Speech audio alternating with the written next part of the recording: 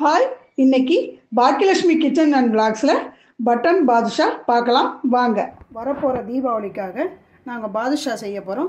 வாங்க பார்க்கலாம். மைதா 1 cup, 3/4 cup சர்க்கரை, 2 ஸ்பூன் தயிர், தேவையான அளவு உப்பு, 2 ஸ்பூன் நெய், ஏலக்காய் 3 பொடி பண்ணி வச்சுருக்கேன், 4 ஸ்பூன் எண்ணெய் வச்சுருக்கேன், பேக்கிங் சோடா, இதெல்லாம் வச்சு பாதுஷா செய்யலாம் வாங்க. இப்போது இதில் 2 ஸ்பூன் தயிர் விடுறேன், உப்பு 1/4 ஸ்பூன் போடுறேன், பேக்கிங் சோடா 1/2 ஸ்பூன் போடுறேன், ஆயில் 4 ஸ்பூன் விடுறேன். இது நல்லா ஒன்றா கலந்துக்கலாம். இந்த கட்டிலாம் இல்லாமல் கடகடன்னு கலந்துக்கலாம். இது கட்டி இல்லாமல் நல்லா கலந்துட்டேன். இதில் மைதாவை சேர்த்துக்கலாம். 1 கப் மைதா, இது கை விட்டே பிசைஞ்சிக்கலாம். இதில் 2 ஸ்பூன் நெய்யும் விடுற பாருங்கள்.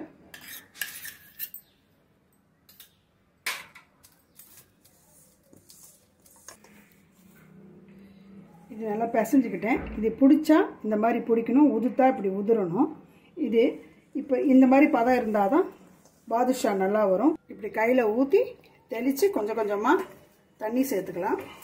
ரொம்ப டைட்டாக பிசையும் வேணாம், ரொம்ப லூஸாகவும் பிசையும் வேணாம், நார்மலாக பிசைஞ்சால் போதும். இதை நான் பிசைஞ்சிட்டு காட்டுறேன். இந்த மாதிரி பிசைஞ்சிட்டோம். ஆனால் இதை பிரித்தா இப்படி லேயர் லேயராக வரணும். அப்போ தான் பாதுஷா கரெக்டாக வரும். இது அப்படியே வச்சுருக்கலாம். ஒரு அரை மணி நேரம் ஊறட்டும். அதுக்கப்புறம் பாதுஷா செய்யலாம். மூடி வச்சுக்கலாம். இப்போது திறந்து பார்க்கலாம். பாருங்கள், சாஃப்டாக இருக்குது. இதில் நம்ம பாதுஷா சின்ன சின்ன பாதுஷாவாக செஞ்சுக்கலாம்.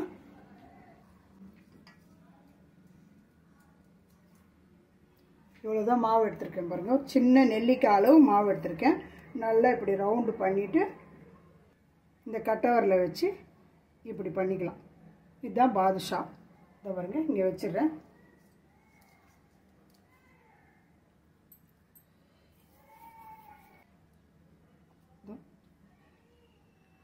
இந்த மாதிரி நான் பாதுஷா செஞ்சு வைக்கிறேன் பாருங்கள். 18 பாதுஷா இருக்குது. இதை நம்ம எண்ணெயில் போட்டு பொரித்து எடுத்துக்கலாம். ஜீராவில் போடலாம் வாங்க. கேஸ் ஆன் பண்ணிக்கலாம். இந்த வாணலியை வச்சு ஜீரா காய்ச்சிக்கலாம். இப்போ 3/4 கப் சர்க்கரையை போடுறேன். அதே 3/4 கப் தண்ணியை விடுறேன். ஜீரா காய்ச்சிக்கலாம்.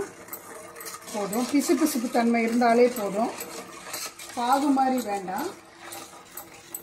நல்லா சர்க்கரை கரைஞ்சிச்சு பாருங்கள். இதில் 3 ஏலக்காவும் பொடி பண்ணி வச்சுருக்கேன், அதையும் சேர்த்துக்கிறேன். இப்போ ஜீரா ரெடி ஆயிடுச்சு. இந்த பிசு பிசுப்பு தன்மை இருந்தால் போதும்.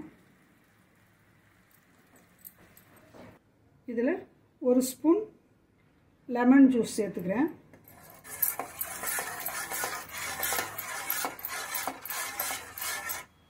இப்போ ரெடி ஆயிடுச்சு. பாதுஷா சுட்டு இதில் சேர்த்துக்கலாம். இப்போ வேறு ஒரு வாணலியை வச்சு எண்ணெயை ஊற்றிருக்கேன். இது சூடாகட்டும். பாதுஷாவை இப்போ இதில் பொரிச்சு எடுத்துக்கலாம். இப்போ எண்ணெய் சூடாகிடுச்சு. இது சிம்மில் வச்சு தான் சூடு பண்ணேன். ஏன்னா ரொம்ப ஆனில் வச்சோம்னா பாதுஷா போட்டோம்னா ரொம்ப செவந்துடும். கரெக்டான சூடில் இருக்குது. இப்போ பொரிச்சு போட்டு எடுத்துக்கலாம்.